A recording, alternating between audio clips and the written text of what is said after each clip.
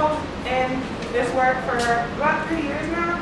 I'm originally from Atlanta, Georgia, and today we really just want to get into a conversation where we can figure out how to take a lot of the radical information that we're familiar with ourselves and make it more accessible and understandable to people who aren't in the super heady academic spaces all the time, especially the community who are impacted by the things that people are writing books about, right? We're also joined here by the Claudia School. Aaron, you want to introduce yourself? Yeah. Hey, so my name's Aaron. My pronouns are they, them. I'm the youth coordinator for another sort of popular education project here in DC called the Claudia Jones School for political education. And yeah. Cool, thanks, Aaron. And yeah, if y'all didn't know, just if you have a chance, you can sign up for our email list. That's where you'll find out about more of our events like this, more of our resources available. All of the books and journals up there are completely free, so if there's a book that you want to take home, please take it. But there's also suggested donations just so we can keep buying books for folks and having more events like this. All right, let's get into it. Also, if at any point you'd like me to just slow down, speak louder, or additionally, if you have questions, we want this to be a collaborative space, so do not hesitate to interrupt me. Yeah, hi. Where's Kel? Kel! Yes. We have another lovely child. Thank you for coming. All right. So, now what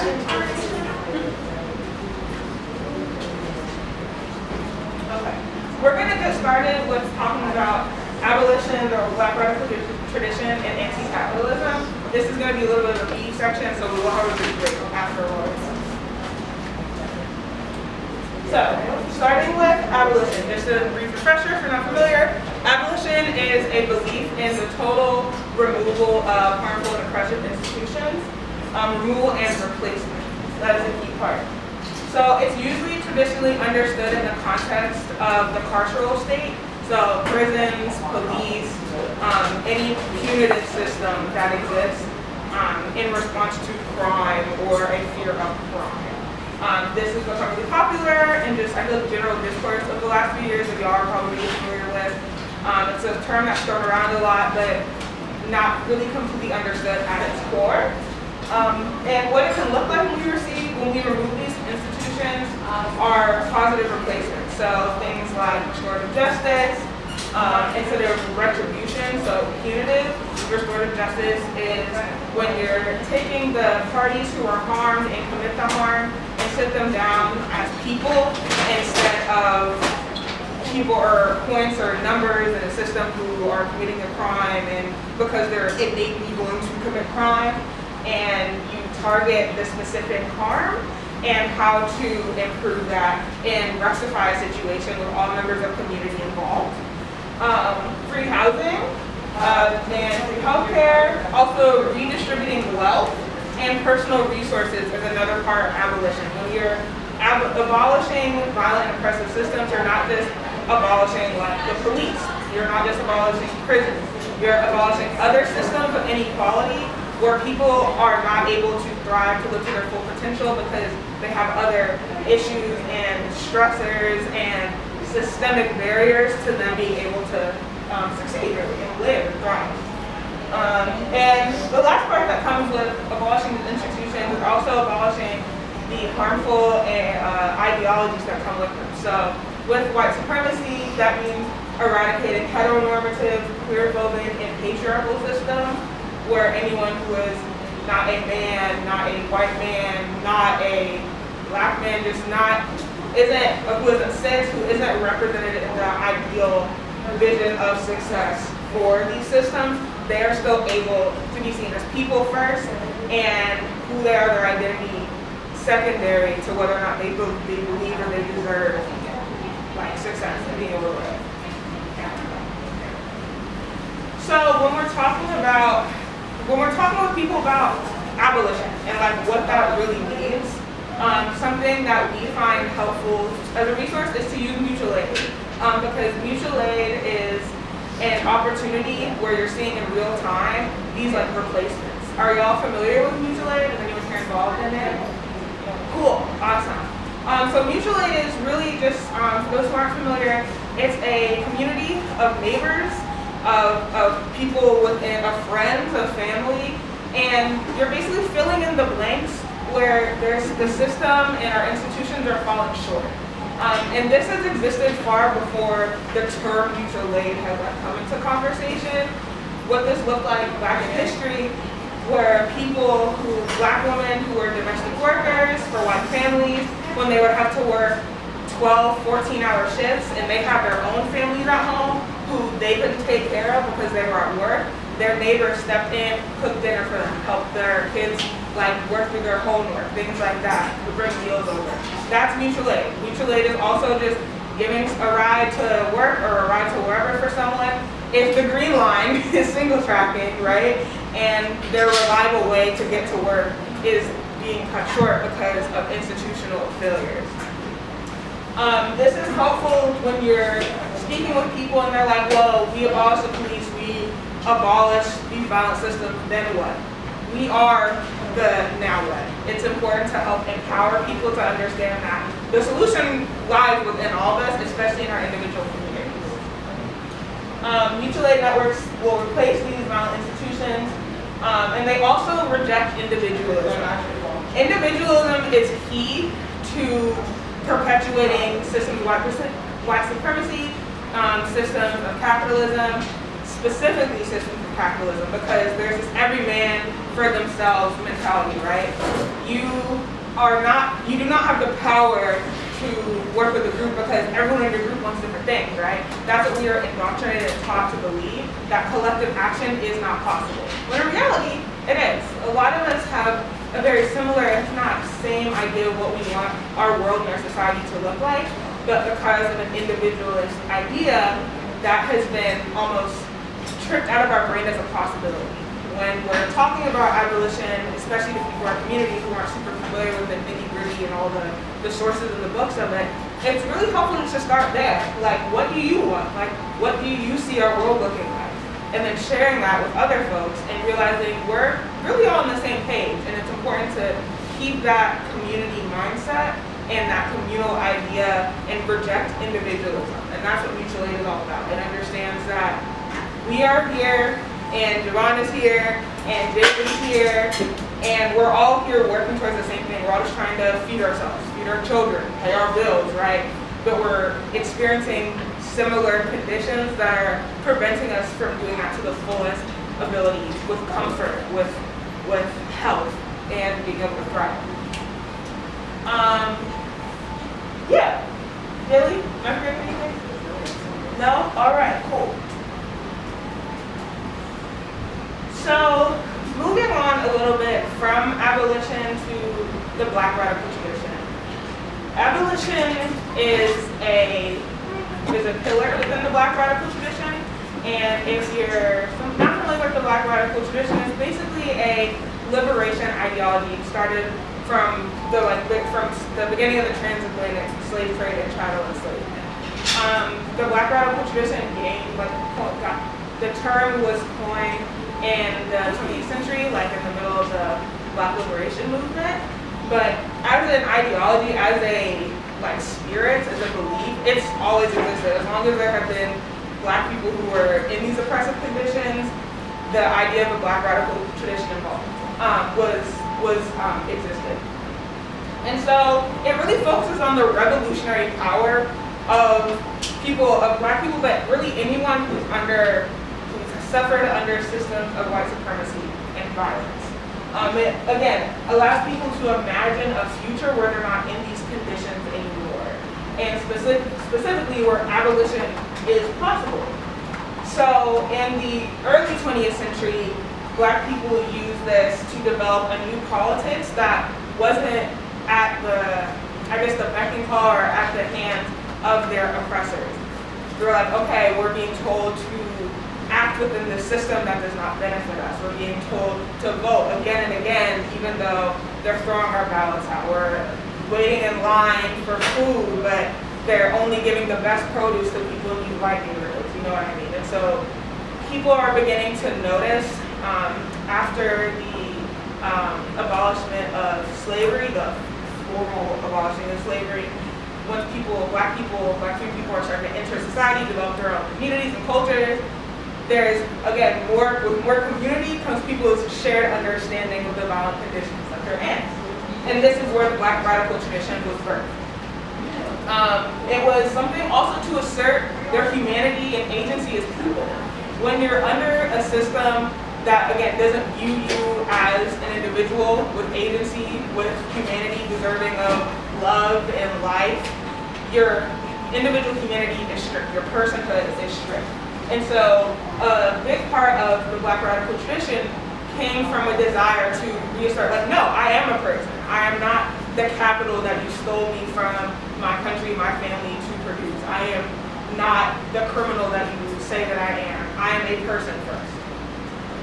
And it also was to dismantle Western capitalism and just general Western dominance. So, Black internationalism is another key factor of the Black radical tradition, and this can be something tricky for like folks to grasp, right? I'm here, like I said, I'm trying to get food on my table, I'm trying to make sure I have health insurance, I'm trying to make sure I'm good.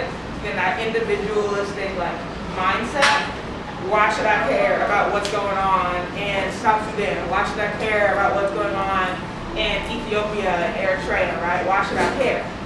But internationalism was conceived within the Black radical tradition early on. Our struggles are shared. What's going on here has way more to do with what's going on in the other side of the world than we understand, right?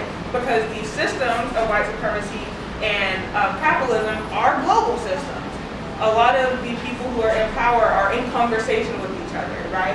Whether it's this explicit or not. The systems are connected.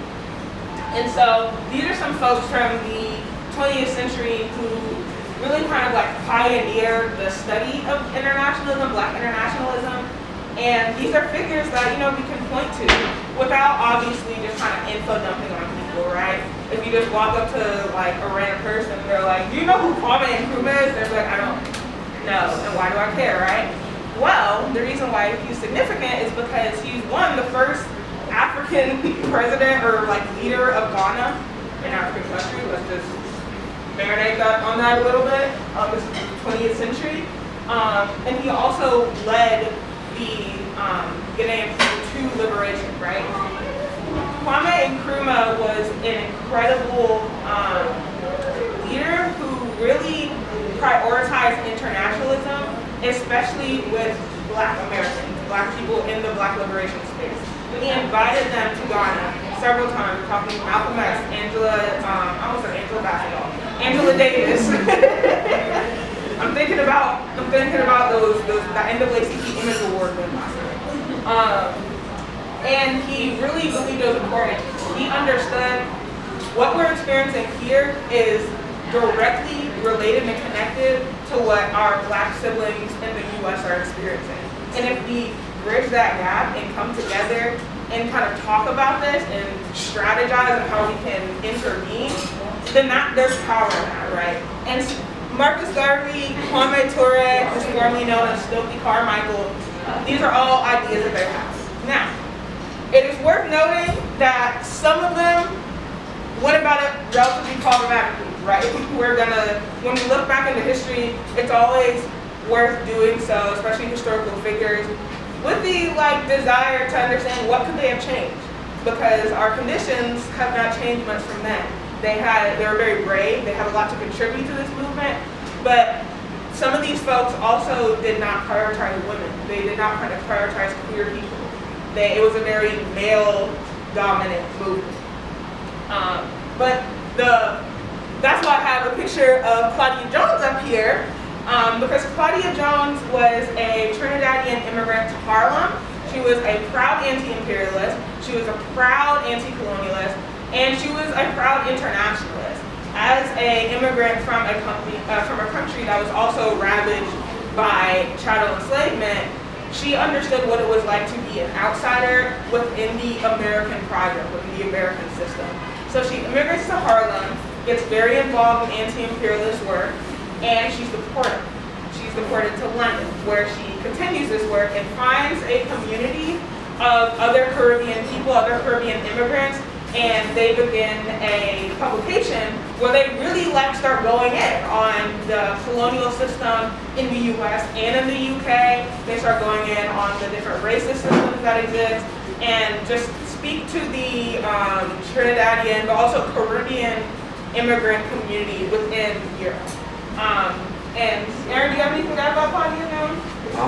I mean, there's always so much that you can say about Claudia Jones, honestly. I mean, to your point, right, like her parents immigrated here because like many immigrants, right, when you come to this country, you're coming because you're hoping for like better economic opportunities that unfortunately don't exist in the country that you're coming from because these countries have been ravaged by US imperialism.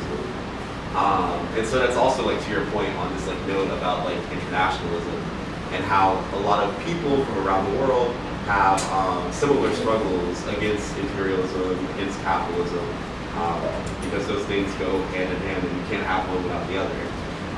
I also think it's really cool to note about Claudia Jones, right? Like, even though she was an immigrant, she's someone who got really deep in the struggle here in the United States. She was like a very passionate activist who kind of became politically aware during the Scottsboro case, if anyone in here is familiar with that. Basically, Scottsboro case was this case of some young African-American men who were accused of like flirting and like making advances towards this white woman, which, you know, in mid-20th century America is kind of like a death sentence. And Claudia Jones saw the campaign that was formed around the Scottsboro case, the campaign to defend the Scottsboro case, a campaign that was led by an organization that Claudia Jones would hold several like leadership positions in, which was the Communist Party. Another thing that they're not going to teach you in U.S. history books, unfortunately. And Claudia saw the campaign that was led by the party. She saw these people, black, white, coming together to support the rights of like African Americans, and decided that she was going to join that organization and that she was going to get involved in the struggle for, you know, African Americans like democratic rights, which is really cool, honestly. You know, you can find like a lot of quotes about her where she talks about how like a lot of her political work did sort of revolve around like the Jim Crow system. But, you know, because she is coming into the movement with this perspective, right, as like a working class black woman, she's also really speaking to the sort of neglect of black women. And she actually has like a very interesting essay that I would highly recommend people check out if you're like ever interested in doing more research on Claudia Jones. Her essay is called An End to the Neglect of Negro Women. And it is a very fascinating essay where she talks about the sort of unique oppression that working class black women face.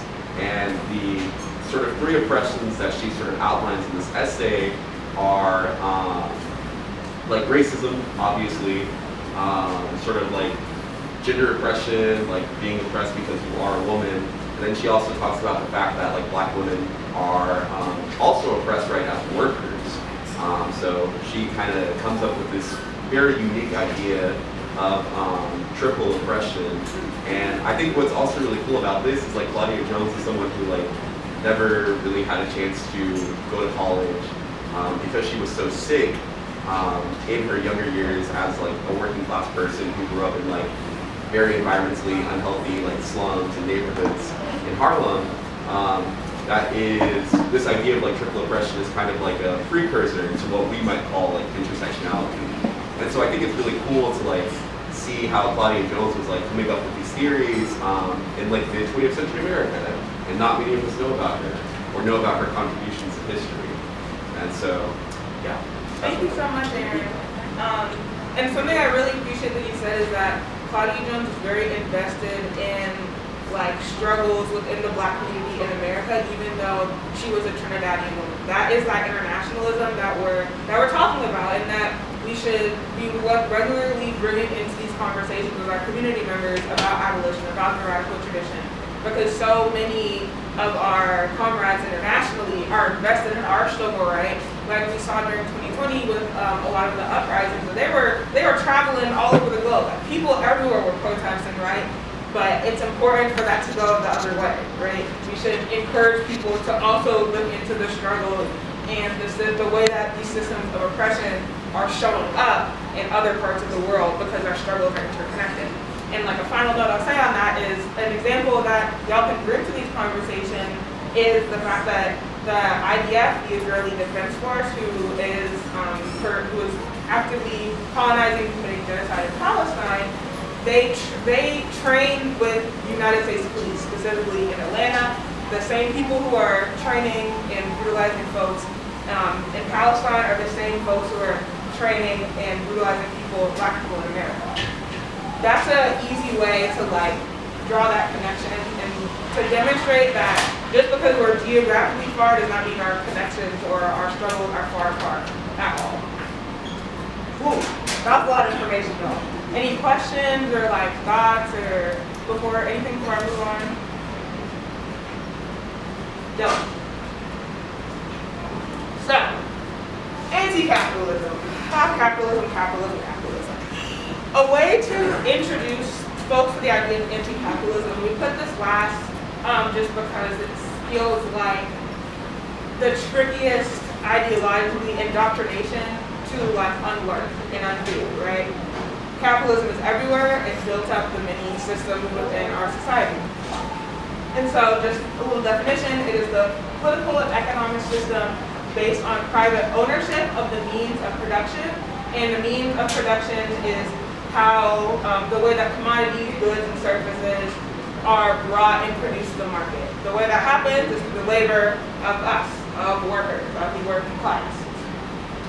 Capitalism needs people to sell their ability to labor, their ability to work in order to thrive. And I feel like that's a very simple and not super jargony way to deliver what capitalism is to folks. I know when like you start to throw around words like proletariat, like bourgeoisie, and like Marx, and things like that, it can get a little confusing. And anybody trying to hear all that, especially if you're engaging in this conversation at like a mutual aid outreach or just casually. I know for me, like I have learning disabilities, and so if anyone brings out like a more than 5-syllable word, I like check out. And it's important to just keep it simple and really just underscore because they're able to pay us a cheap amount that they can get richer. The VP of sales, the executive VP, the president, the CEO, they have all the money they need. This system will empower people who have enough resources to accumulate their wealth. If someone is in the mindset where they're like, well, I'm super rich, I'm a trillionaire, I'm the CEO of Apple, why would I take my personal wealth away? Again, that individualism, to make sure that the family of 5 who works for me, or the parent of this family of 5 has enough like shoes or money for shoes for their kids for the new school year. They're fine. Value diligence, they can go there, and I'm gonna look away my Maserati, right? Capitalism is what produced this inequality, this income inequality, as y'all are probably familiar with that. So all the while, wage laborers work under capitalist elite stuff in order to keep themselves afloat. Jaylee, you said a really good term. Under capitalism, you work to live and you live to work. Yes.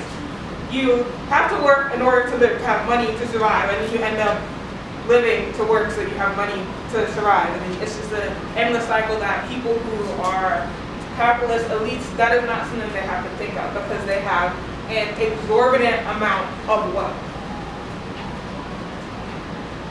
So when teaching anti-capitalism, it can be helpful to focus on people's individual instances of inequality that they experience as a worker.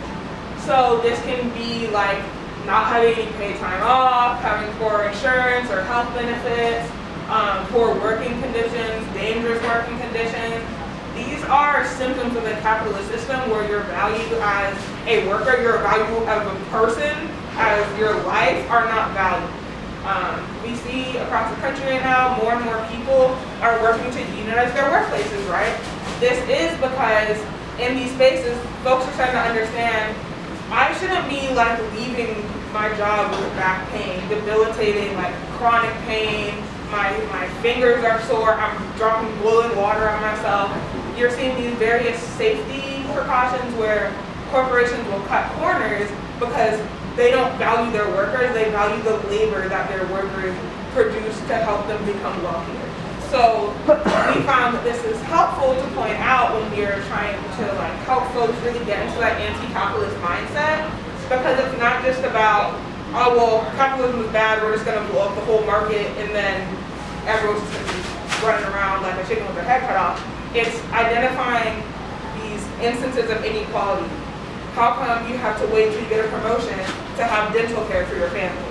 How come you have to wait till you make a certain amount of money to be able to afford a life-saving procedure on your insurance? Why is our like government health insurance covered virtually nothing? And then it's a talking point for a politician to be like, I'm gonna get more health insurance, and it doesn't happen. Thinking about these instances within capitalism and just really breaking it down to, again, people's personal experiences. You have to meet them where they are. When you come at folks talking about, again, the proletariat, the bourgeoisie, have you read Capital by Marx? You know what I mean? And no, capitalism believes that no individual worker has power under capitalism, and therefore they're disposable, right? You hear like all the time about like, giving your 2 weeks notice before you go into work. That is done out of consideration for the employer because you're so disposable, it only takes 2 weeks to find someone to replace you. Meanwhile, it takes more than 2 weeks to find a new job, right? When you're fired, your employer doesn't give you a 2 weeks notice, they're just firing you because you're disposable. Pointing these things out, these inconsistencies within capitalism can help people wrap around the idea that this is not a sustainable system. This is not a system where everyone can thrive to their fullest ability.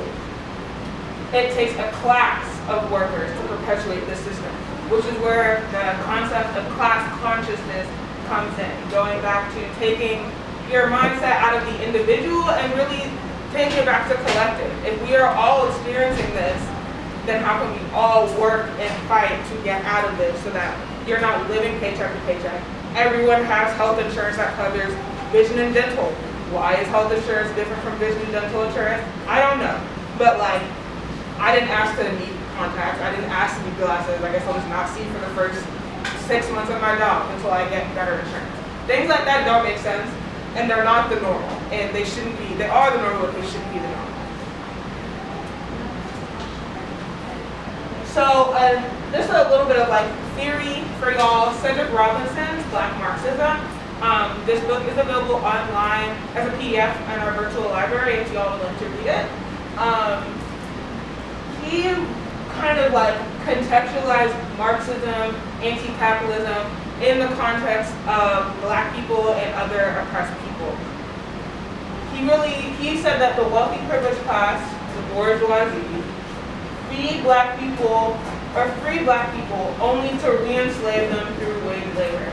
So I'm sure some of you are familiar with like the prison industrial complex, but even outside of the prison industrial complex, where in prison people are forced to work for literal pennies, making stuff like iPhones, fixing cars, making shoes. Even people who are not incarcerated are being enslaved through wage slavery. Capitalism is a tool to maintain a feudal is like a medieval or like super old class system based on having a subservient class, people who will produce the wealth, who will produce the labor to make the rich richer. And this began in Europe. This is the stuff that Cedric Robinson pointed out in his book. Chattel enslavement happened because of capitalism. I know a lot of, like I mentioned earlier, my Georgia slavery education or lack of an education, we are all taught to believe that slavery happened because there are some really bad people. They just wanted to own other people. But then Abraham Lincoln came along and he was like, hey guys, that's not nice. When in reality, things that we're not taught is that Abraham Lincoln wasn't really trying to free the slaves because the slaves produced cheap labor and they kept the economy running, right? So that was more of a political move than it was an economic move. the reason why so many, why the Confederacy and why other people outside of the U.S. who had slaves wanted to perpetuate it so badly is because as a capitalist, it would make them the wealthiest. When slavery was abolished, there goes their free labor, right? So it can be really helpful to frame things like enslavement, like the things I mentioned before, in the context of being under a capitalist system. And the more that we kind of like point out to folks about that, the more the dots can connect, like, oh, I guess more is as a result of capitalism than I really understood. It's not super heady, it's not out of their reach. We are living in a capitalist system, therefore everyone has the capacity to understand capitalism. It's every day, we see it all the time. All right. And the last thing we'll say about anti-capitalism is you can bring in Martin Luther King too. Y'all probably saw this if you're like on Instagram or just like on Facebook, and around MLK Day, a lot of people in like leftist spaces in DC were saying that Martin Luther King was anti-capitalist. He was not trying to produce or perpetuate capitalism under any circumstance. A direct quote from him was like, we cannot continue with these existing structures. And what he was referring to were structures of capitalism. So when we're thinking about a popular civil rights figure who everyone knows exists, right? You know, Martin Luther King was an anti-capitalist, right? Dang, I didn't know that. Yeah, a lot more folks were fed up and are fed up with capitalism than we're taught, because if we're taught that, as we know, we'll want to rise up and change it. He said that he strived for a person-oriented society where the needs and experiences of humans are prioritized over the maintenance of capital.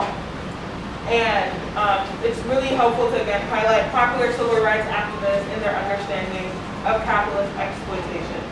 Capitalism cannot exist without inequality. This is kind of like the bottom line, right? If capitalism was something where everyone could thrive, like you hear like the bootstraps ideology, anyone could be a millionaire, then everyone would be a millionaire. You know what I mean? Without capitalism, there's always going to be someone at the bottom who's working to make the wealthy elite more wealthy. And of the millions of people in one country, and even a city, how many people actually achieve this exceptional wealth in comparison to the volume of people who work to help that person achieve that wealth? That is, when you visualize in that way, and I know I was having a conversation about this with one of my family members, that kind of unlocked it in their brain, like, oh, you only have 10 people, a small group of people who own every corporation under every like, food corporation, every farming corporation, but you have hundreds of undocumented people working on the farms that grow the food, right? Thinking about it in that way, you have this people with money and this people working, that is not equal. So, one more. Capitalism submits to a hierarchical system where a person can just profit off the labor of others, and building a financial empire cannot happen without another person's labor being stolen and exploited. This is something that can be helpful, specifically the second point, when you're talking about within communities of color, but specifically the Black community. If we build our own wealth, if we just become the next Oprah, we were talking about Oprah earlier, the next Jay-Z, right, then we'll all be free. As long as Jay-Z is wealthy, as long as Rihanna is wealthy, then we're all wealthy. And that's just not how that works. Mathematically, that is not possible, right? And so when you point out inconsistencies within capitalist ideologies, where we're taught to believe that anyone can be wealthy if they just work hard, then ask why is only 5 of us in the Black community considered the wealthiest people, you know what I mean? Really like tracing out and laying out the way that the system works and staying away from all the jargon really can help us click. So this, again, like I said, unlivable wages, poor benefits and healthcare. A big thing, I think, especially with like Black capitalism right now, is the idea of buying out smaller like properties, buying out smaller companies to build your financial empire. That is not helping us.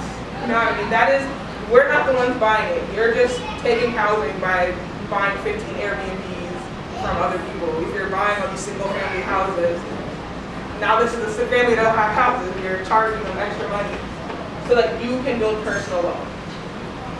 The idea of generational wealth that Black capitalists and other capitalists of color seek is modeled after the wealth that our ancestors built that made them wealthy. That is not something that you should desire to replicate, because we are actively existing in the system, the violent system that produced that condition. Why should we seek that same reality of exploitation for ourselves and for others? All right, we're gonna take a quick 5-minute break because that was a lot. We'll be back in, come on, time. Y'all, I was like, I wouldn't talk too much. Y'all wanna come back at 3:30? Sound good? All right. I believe, and I'm currently a student at George Washington University. Hi everyone, my name is Judan. I'm also an organizer with BKC. I joined, I think, summer of 2021. Yeah, that sounds good. And I'm a student at George Washington University. Yeah, so we're going to be talking briefly about the theory of womanism. So womanism is a form of feminism that places special focus on the conditions of Black women and people of color. It centers their experiences, their contributions, and efforts to not only history, but theory. So when teaching womanism or Black feminism, it's important to make a clear distinction between mainstream white feminism and womanism.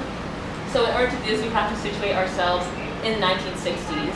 Obviously, Black feminist theory has existed since the 19th century, with Anna Julia Cooper, who's the mother of Black feminism.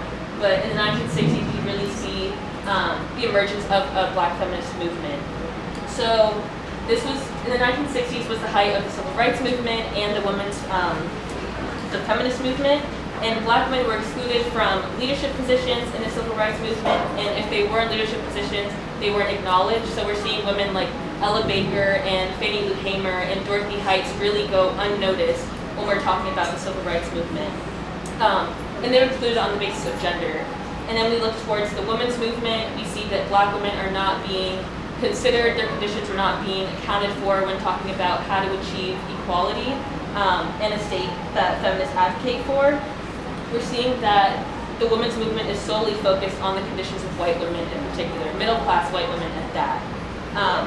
And the women's movement did not challenge any systems of oppression like capitalism, patriarchy. They simply wanted to integrate themselves into those systems. So an important quote that I always go back to when thinking about womanism and the difference between white feminism and womanism is Audre Lorde's essay, Sexism, an American Disease in Blackface, where she says, quote, Black feminism is not white feminism in blackface. Black women have particular and legitimate issues which affect our lives as Black women, and addressing those issues does not make us any less Black. And just to give context and situate ourselves in the idea of womanism, we also have to look towards Alice Walker's In Search of Our Mother's Gardens, A Womanist Prose. So this is really the first articulation of the theory of womanism. Although it has existed before, she's really putting it into words and coining the term. And in Search of Our Mother's Gardens, she defined womanism and a womanist in various ways. The ideal one is, or the prominent one is a Black feminist or feminist of color. Then it goes into describing a woman who loves other women, sexually or non-sexually. Someone who's committed to the survival and wholeness of entire people. And someone who loves music, the spirit, love, folks, struggle, and herself. And then her most well-known line in this essay is, womanist is to feminist as purple is to lavender. Just to add on to Javon's point, I know some critiques of womanism has been, it's been African American women-centered. So, as we were mentioning before, taking into consideration like cross-cultural solidarities, and also focusing outside of the U.S. context, and many womanists and Black feminists before have also have also thought about cross-cultural solidarity and looking towards liberation of all women of color and oppressed women. Particularly, Angela Davis is a good example of how we can do this. So, womanism, collective action, and the Combahee River Collective. So, as we were discussing before, with capitalism and the current culture of Western society, it tends to focus a lot on individualism, and womanism and Black feminism is the antithesis of that. It's the opposite, and looking towards collective action. So it's integral in women's practice as it also works towards dismantling hierarchies and just emphasizing community. And as we can see in places that focus on Black feminism and womanism, it tends to not have hierarchical structures. There isn't necessarily a leader, but a group of people working together, as we can see with the Combahee River Collective. Yeah, so on that point, one of the most important texts that a lot of Black feminists always look towards is the Combahee River Collective statement. So just to give context, the River Collective was a group of Black feminist, lesbian socialists that organized in Boston around the 60s and 70s. They really came together and viewed Black feminism as the logical political movement to combat the manifold and simultaneous oppressions that all women of color face. So in their statement in 1977, I believe, they really discussed the origins of contemporary Black feminism, like I was saying before, situating themselves in the 60s, talking about the civil rights movement and the women's movement. They discussed their beliefs as a collective, the problems in organizing Black feminism, and really making the distinction between mainstream feminism and Black feminism, and then also having that Black feminist, also talking about Black feminist issues that are important today. So they're connecting not just gender equality, but also problems of abolition, problems of reproductive rights, problems of carceral systems. They're making those connections because although they advocate for the liberation of all women, they recognize, they have that idea that we're supporting the liberation of all oppressed people. So you have to look at all these systems as interrelated. And it's important that to note that a lot of Black feminists also talk a lot about queerness at the center of their theory. Not just because they were queer, and you can look at Bell Hooks, I'm going to loosely quote the idea, but she talked about queer not in the sense of who you have sex with, but also the idea of queerness as being at odds with everything in society, being someone that's pushed to the margins of society. So you can see that in this statement, in other Black feminist texts, looking at Audre Lorde, Toni Morrison, Patricia Hill Collins, people like that. So, and kind of why we wanted to highlight womanism is because when we're talking to people who womanism concerns about the Black radical tradition, it's important to approach that conversation with this framework in mind, right? Especially if you're talking to, I know with Word to Mutual, there is almost like a grandmother of the community, her name's Miss Queenie. She's a lovely lady, I miss her so much. But when you're talking to Miss Queenie, when I'm talking to Miss Queenie about abolition and what the Black radical tradition means, I'm taking into account her role in what the womanist framework would see for her, what it would see for her future, and kind of introducing folks to the idea of the community that exists for them within womanism. That, like I alluded to earlier, historically the Black radical tradition, the Black liberation movement was very male-centered. It was very much the Black man versus whiteness, the Black man versus capitalism. But as we are having these conversations, giving Alice Walker and the Combahee River Collective their flowers and this work, and alluding to and reminding folks about the role that their fight and that their organizing had in supporting and building out the Black radical tradition and the Black liberation movement. Yeah. One thing I will add quickly is that I find it very easy to talk about womanism because it's centered on people's experiences. So people understand what's happening around them. People see their neighbors being pushed out of their neighborhoods. People seeing, women see like themselves not having health care, not having access to reproductive rights, not having access to mental health resources. So it's very easy to ask people like, what's happening in your own life and how do you think like your race and gender are conditioned by that? So it's very easy to talk about that, but like Peyton was saying before, like we all have this individualist mindset that we have to deconstruct in our minds. So we have to get people to understand that your situation is not like unique, you know, like everybody around you is sharing this experience. And it's not to say that it's not important to discuss, but say like we all have these, we all have a condition of simultaneous oppression that we should organize around. Yeah. All right, now, musical chairs. So this conversation isn't always going to be peachy keen. Aaron, do you want to go in there? Yeah, These conversations aren't going to always be peachy keen, right? People are people. They have their own worldviews. They're coming to these conversations from different places. They have their own motivations. And so it's kind of, it can be helpful for us to predict or be able to identify this and not really get frustrated when people are automatically gonna, in one conversation, become an abolitionist or an anti-capitalist, right? The goal for us is to at least get folks to start thinking about it, to start questioning their conditions. If you're able to get someone to walk away from a conversation with you as an anti-capitalist and they like loved capitalism before, period. Get up here, you teach this. Like I'm one time to come here. So some challenges that people may bring to anti-capitalism. Capitalism has like I said earlier, political, economic, but also cultural tie to our society.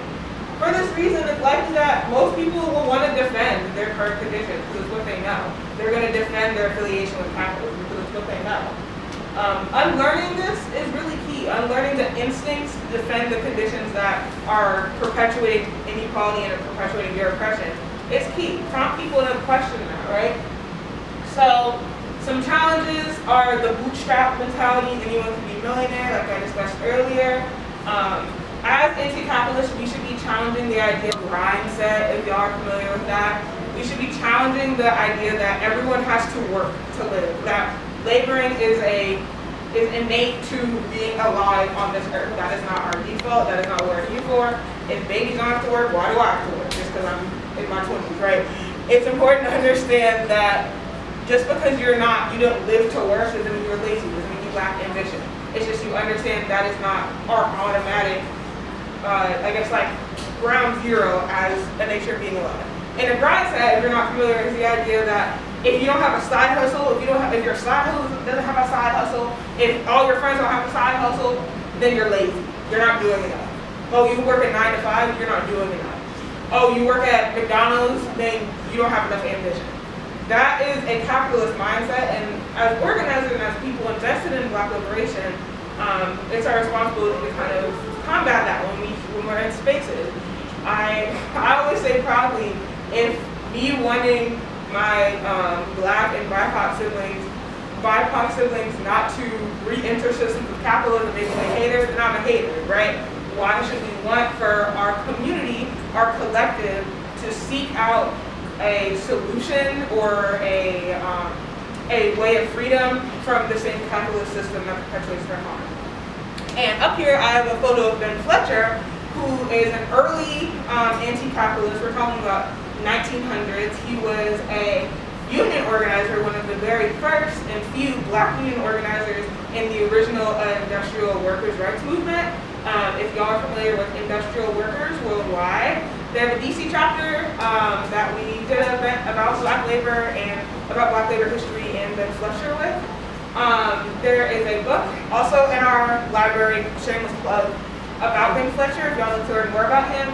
But I like to point to him because he's a great example that Black anti-capitalism is not new. You know what I mean? I think especially right now, we see a lot of folks who are coming into the anti-capitalist space and who are openly critiquing wealth and people who have large amounts of wealth, and it becomes, oh, you don't want to see a black person be successful.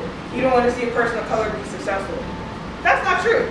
We've always been anti-capitalist because we've always understood the system is not meant for us and it will never work for us, for all of us, right? So there's the idea that also, there's just some other challenges to it. That capitalism can be good if you're a well-intentioned capitalist. There's nothing well-intentioned about inequality. It doesn't matter who it is. Inequality is inequality. With capitalism, there will always be someone at the top earning more and working less. Additionally, capitalist ideas are indoctrinated, but also self-enforced. This is something that J.Lee brought to this conversation. We have agency as people. Heavy on the capitalism is self-enforced. We have the power, just like Ben Fletcher, just like the current people across the country you see unionizing, to change these conditions. As workers, as a class of workers, if we organize and we strategically understand how we can change and get out of these conditions to negotiate our conditions as workers, then we can change the entire system. And a lack of imagination, or as it's known in the Black radical tradition, as a radical imagination, prevents folks from believing a world without capitalism will exist. Well, if there's not capitalism, then how will we get groceries? A co-op job, just learn how to farm with their friends in your community. If there's not capitalism, how will I get clothes? I know someone here knows how to sell. There's other ways outside of existing in the marketplace to get what we need to survive as people. When discussing anti-capitalism with your community, again, tap into their individual experiences as workers. Get them to think about times when and if capitalism has actually worked for them. If they started a business and if the business unfortunately had to fail because of all these barriers as being a black business owner or as a queer business owner or as a woman business owner, right? Talk through that with them, really listen, and as you're having this conversation, identify the things from our conversation today that you can help kind of lead them to that point. Do you have anything to add, Aaron? In terms of challenges, say like anti-capitalism, another thing that I think could also be useful for people to talk about is like, to the point about agency, like when you're able to like show people very concrete instances wherein working class people have come together and collectively organized and like won, you're demonstrating to them that it's possible to win and that it's possible to build something beyond capitalism. And that's really important for people because the working class is honestly very capable of like changing this entire system. The real problem is getting the working class to like realize that fact. And also, right, like in order to actually change the system, you have to win. And a big part of, you know, struggling to win is accepting the fact that sometimes you will lose. But nonetheless, right, because of the fact that workers are exploited under capitalism, there's always going to be a material incentive for the working class to organize and take what's theirs. But, I mean, you just gotta learn that there are victories, learn that there are losses. There's this like one quote by this like German socialist where she says like the road to socialism is like paved with losses. You know, the working class is never going to be able to win unless it experiences some setbacks and learns from those mistakes, so that we can realize what it takes to actually win something. Thank you. And that's something that organizers, black labor organizers like Ben Fletcher understood. There's a lot of power in looking back to our elders who have done this work, done very similar work, and learned from their mistakes that they weren't able to correct themselves. So moving to abolition, you talked about this a little bit, but like how can we help people understand abolition as the best response to our current conditions? So you might hear people say, police are here to protect us. I want them around, right? Police and the carceral state are driven by profit. They are integral to the capitalist system. So their role is not to protect people, their role is to protect property, to protect the wealthy. We saw this during 2020. There was so much concern, so much anger about the damage to properties, to the Bank of America building, to Target, right? But no outrage about the protesters who were being beat by police, to the people who whose lives were taken from them that started the protest in the beginning. That is a great opportunity to kind of draw back to that moment as we are 3 years out of it now and we have some a little bit more perspective. Even recently with the recent police lynchings, being able to see how they're preparing, places were boarded up, they're preparing to protect the property. You have police literally in arms, linked arms, standing in front of buildings, being willing to shoot down people. But God forbid this glass and cement structure that's not alive, is not a person, doesn't have a family, be torn down, right? What money would that lose the person who owns the building? You know what I mean? Thinking about it like that. So why not invest in a new system rooted in community preservation and not criminalization of people who are trying to fight for their rights as human beings? Another way to think of it is you can't just get rid of police. What happens if insert crime here? Where does crime come from? Where does the fear of crime come from? From the system of white supremacy and racism that create conditions for people in communities where crime is more likely to happen because they're put in the conditions that they're in, right? You're living in a food desert, it takes an hour and a half on public transportation to get to and from where you are, for whatever reason, you're not able to find a job because you have a record, right? These are systemic things that create crime at the end of the day. So directing people's thought process back to that can be helpful. And what systems, if they're in place, will intervene with potential crime? Where do fears of crime come from? Anti-blackness, capitalism, etc. And something that I found helpful that in conversations with my own family is that when you're hearing about reform, right? Well, if there's just better training, if there's just more black cops, if there are more cops in the community, federally mandated training will not change anything. We saw an example of this in the civil rights movement. Segregation, or Jim Crow, became federally illegal, but some places didn't get integrated until decades after. There's the enforcement of that, relying on the system to fix itself, is not sustainable, and I'm sure y'all have heard that a lot, right? You didn't see that? I think your point about like why we can't just get rid of the police is like asking like a really good question that I don't think a lot of people often stop to think about. You know, a lot of us might consider ourselves abolitionists, but if we don't really understand like what are the material, like sort of objective factors that gave way to policing, then we're never going to actually understand like what it's going to take to abolish it. Because police don't just exist because they exist. Like the police aren't just this like power onto themselves.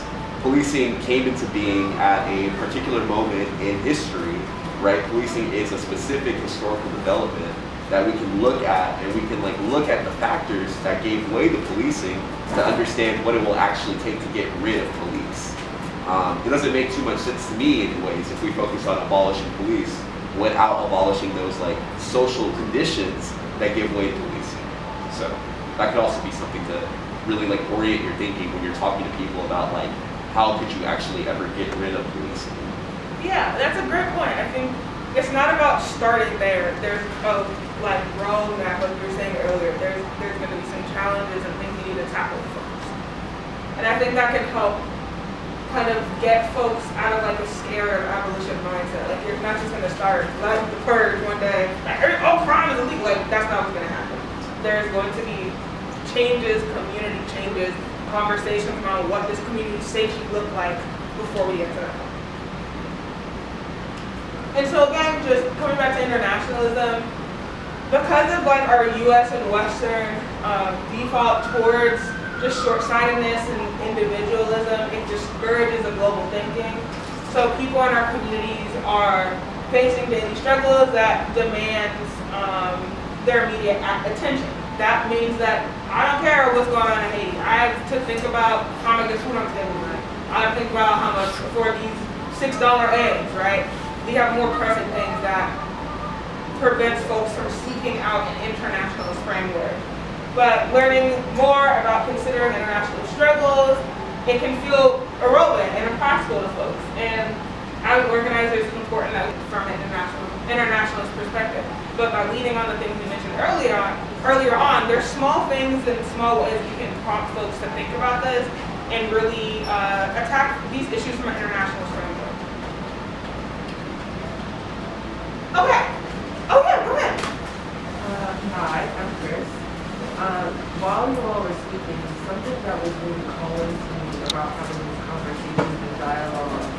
tapping into personal experiences was the role of spirituality in the Black radical tradition.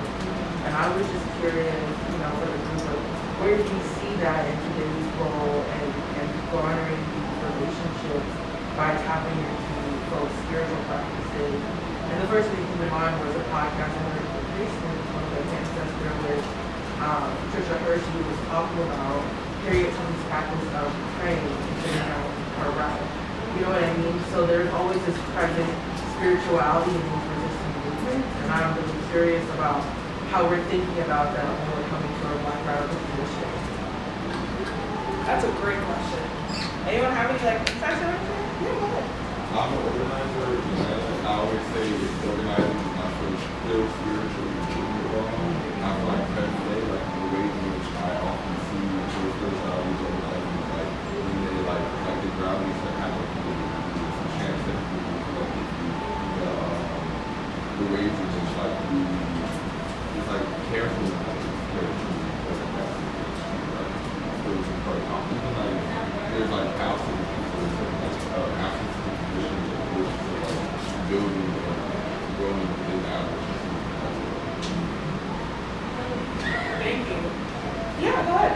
I would say it helps be off in most traditional people practice. Kind of understanding that you are part of something larger than yourself, right? And so when you feed into when you plug into that, into what we're talking about, because I'm having an understanding of what's going on in other communities across the world, kind of can use spirituality. We're all one. I'm not saying I'm not using it, but I'm just thinking about, when we're thinking about bringing folks into this conversation, like you said earlier, we're just trying to figure out, I'm praying I have enough money on my EBT card that I can get these $6 eggs. I'm really thinking about, okay, I need to check this CSA basket, but I don't have the funds for it. How do we get them to connect that belief that someone's got us, whether it's God, spirit, whoever, right? But then also that moves around our community, right? Because we want to say there, working with young people, there is this constant disconnect where in the TikTok generation, right, everything is so quick. Everything is this idea happens and then it's gone, and so there's not enough time to resonate with that, and that also translates to a lot of the hopelessness, right? They spend the last 3 years or so either in a room with a screen trying to learn and then trying to come back to school, right? So building community looks really different for young people now. And so I'm thinking about how does that spiritual belief or bigger than themselves, or they're just struggling to believe in themselves, right? Am I good enough to do this homework? I don't get it, I'm just gonna check out, right? Absolutely. No, that's such a good question. And, I don't know, I certainly don't have the answer, right? But I know that when I always try to historically ground everything, you mentioning spirituality reminds me of the beginning of the Black radical tradition and how people use the churches, because I think that's where everyone was eating, right? You're gonna be a church, all the Black people in this neighborhood are gonna be a church on Sunday. They're gonna be at their place of worship, wherever, their place of community, of spiritual grounding on this day of the week. I'm gonna go to them. And it's interesting because I'm glad you mentioned that, because we just wrote up a quick text, the introductory text to Black spirituality and where it started in the Black church specifically, and how it was a home of the radical tradition. The church was originally a very radical space, and over time, as obviously we've gotten deeper into capitalism, it kind of lost that. It got deeper into liberalism, it lost that.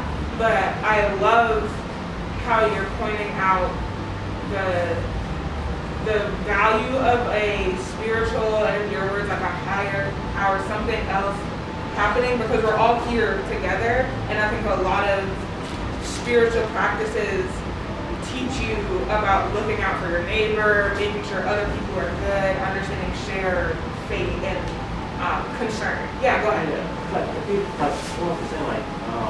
I think the way to connect all this is to say people are praying, they have usually they need to realize if there are people all across the world having similar prayers, and circumstances in their environment may be slightly different, they're having similar prayers or thoughts or struggles as you, you know what I'm saying? And so like that spirituality that was happening like in church, it was that happened because it was like, hey, like I'm praying and I'm struggling for this, and this person's praying, we're all struggling and praying for the same thing. Dang, God's saying maybe we should do something about it, right? And they're sitting there like teaching, like learning stories about like people that are struggling, like they use the Bible to like teach about this, teach like about how like people in the Bible were struggling and they came together and worked together to solve their problems, and using that. This is the thing about like during slave time, they want us to use the Bible. So there's like I'm not a whisperer at all. There's still radical lessons to this, right? And so yeah, like I think what you're saying, like, because I think like right now there is a big move of people entering into a spiritual place right now, like kind of moving out of religion, but it's still a very individual thing, right? Everyone has like their individual reasons, but that's what like I think it has to be a shift from spiritual individualism to like spiritual collectivism, and like what that really looks like. Ooh. I think that's what I'm trying to get. What does that look like? What does that look like in a classroom, at a kitchen table, when you're working the land, or you're going to a soccer practice and you're talking to community members? Because I think when we want to bring this information into our community, it starts by like the mundane. It starts by you're talking to maybe a fellow co-parent who's dropped their child off and walking out, like how your day is going, what's happening in their life. I think that connection a lot has been lost in the pandemic, which is why I'm bringing in the idea of young folks, especially in public schools right now. And I was seeing a lot of that in public schools. And so one of the things I started doing was trying to incorporate a library, right? Of all different types of levels of reading, but like, there were books that were in their classroom library that they didn't have. And so I thought, well, why don't we bring that to them? So I'm just really asking how we bring in these spiritual practices in our own Black radical tradition, right? But like also in being part of the community, how we bring that to folks who may be struggling with that, folks who might want to know, right? Because I think the curiosity there amongst a lot of young people, but it's a lot easier to go on Discord or go on TikTok and see someone talk about it in a video, but there's not that conversation, or it's not a sexy conversation to have, right? Amongst this time right now when we're all searching for community, right? From being so disconnected. Yeah. I think, in the front purple, what did you do? Nasir, I think you mentioned like grounding practices, right? Like, I think, so I work at an anti-imperialist organization called the Centers, and at the beginning of all of our meetings, at the end, we do a grounding, we do appreciation. I think that's a great way, kind of spoiler alert, we're gonna do that today. But like, I think doing a breathing exercise can be a really simple way to kind of connect each other to our work. And also as a restoration practice, right? When we're incorporating practices of spirituality, it also taps into a lot of like our ancestral like history, a lot of our background. As people of color, this is something like spirituality and grounding and community restoration is a part of our history. And so I think that could be like breathing exercises, grounding exercises. If it's like my sister's a teacher, and so like journaling for like young kids. There are different ways I think where we position ourselves in the conversation and the movement that can maybe like lead into that. I don't know. Yeah, go ahead. Yeah, and working with multi-ethnic and multi-cultural or whatever you want to call it, spaces too, it's important what you said, the ritual and implementation of ritual and ceremony, or either or both along the way of every space that we aspire to create or co-facilitate. That's been it's a challenge because I work with tenants in DC, and most of those spaces are multi-ethnic and multiracial. So it will be, sometimes I have to go out of my comfort zone and bring my own ancestral knowledge onto that space, right? And then see if that rings a bell. Because the idea will be, in what I've learned from other organizers, the idea will be to create its own spirituality in the space we're trying to organize. Because everybody's coming from so many different spiritualities, either lived or imposed, that maybe creating its own, and then starting from there is a way to open and discover that. I love what you said about ritual, and I know that can also look like altar building. I know if we had more time today, like that would definitely be something that you can incorporate, bringing something from your community that represents your motivation in this practice of this organizing that means so much. Just building a community altar around that and uplifting the efforts and the work of people who came before us. I love that. Thank you so much for raising that question. Does anyone else have any insights you want to share? Yeah. I have a question. Okay. I missed the beginning. How would y'all define that? How would y'all define that? Yes. Lily, you want to be the definition? It's yours. I just use your definition. So we think about traditionally abolition is thought of usually in the prison sense and carceral systems, but we expand abolition to mean all oppressive and restrictive structures on human health or our lives. So abolition moves towards we're not just taking things down, but also building things up through the principles of mutual aid. It's not that we're just thinking towards the end and rushing towards the end of all systems, but also being constructive and thinking about ways and thinking about ways and what comes after, and how we build communities, how we take care of each other, and giving and thinking imaginatively about what our lives can look like without oppression. All right. Thank you so much. Now, let's practice. In the interest of time. Oh, it's 4. Oh. Okay. You want 1 or 2? Either word that you think is best, like whatever you think is best. Okay. So, partner up if you feel like it. I'll turn to the person next to you. But let's just get some practice in. So, you're an organizer with your local mutual aid group. While passing out food and supplies during an outreach program, a community member noticed that your shirt says "Abolish the Police" across the front. They are a Black, unhoused veteran, and they tell you they believe the police are important for their safety and protection. They have lived in your community for over 30 years, but became unhoused after losing their job at the beginning of the COVID-19 pandemic. How do you approach this conversation? What questions do you ask? How do you make them feel heard, while also redirecting their thinking towards the things we're talking about today? So you can think about this on your own. If you want to turn and do like a role play situation with the person next to you, we'll come back in about 7 minutes. Sound good? History.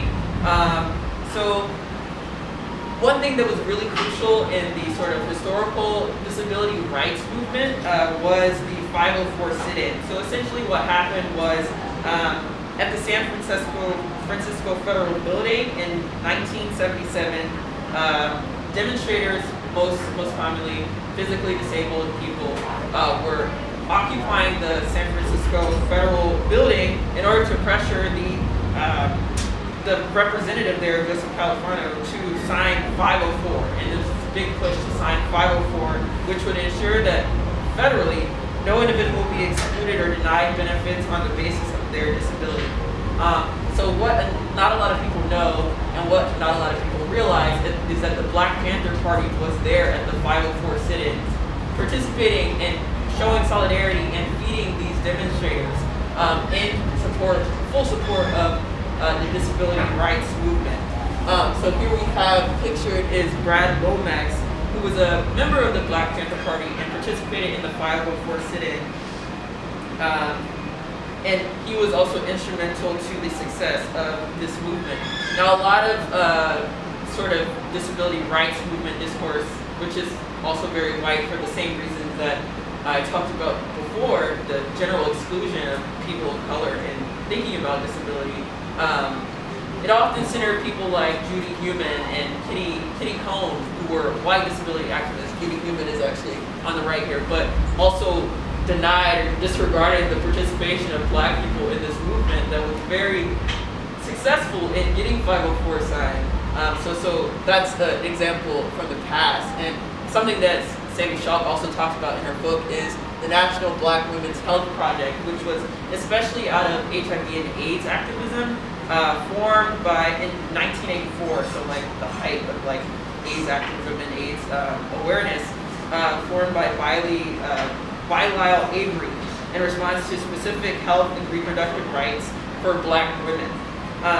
So this stretches the notions of what we think about as disability and debility, in thinking about how we must consider racism and sexism in conjunction to talking about things about illness and health and wealth, physical well-being in the Black community.